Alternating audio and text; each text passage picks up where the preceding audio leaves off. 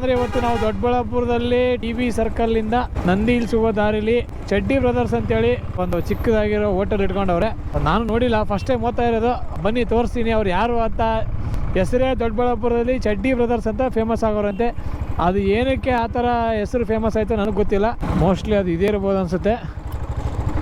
Gas ನೋಡ್ರಿ, ಇದೇ ದೊಡ್ಡಬಳ್ಳಾಪುರ ನಾರಾಯಣಪ್ಪ ಬಡಾವಣೆಗೆ ಹೋಗೋ ದಾರಿ ಇಲ್ಲ, ಅದೇ ದಾರಿಯಲ್ಲಿ ಇಬ್ಬರು ಅಣ್ಣ ತಮ್ಮ ಮೋಸ್ಟ್ಲಿ ಅನಿಸುತ್ತೆ. ಅವರಿಗೆ ಚಡ್ಡಿ ಬ್ರದರ್ಸ್ ಅಂತ ಹೆಸರು ಐತೆ ಅಂತೆಲ್ಲ. ಬನ್ನಿ ನಾವು ಹೋಗಿ ಡೈರೆಕ್ಟಾಗಿ ಕೇಳೋಣ ಅದಕ್ಕೆ ಏನಕ್ಕೆ ಅವ್ರಿಗೆ ಚಡ್ಡಿ ಬ್ರದರ್ಸ್ ಅಂತಾರಂತ.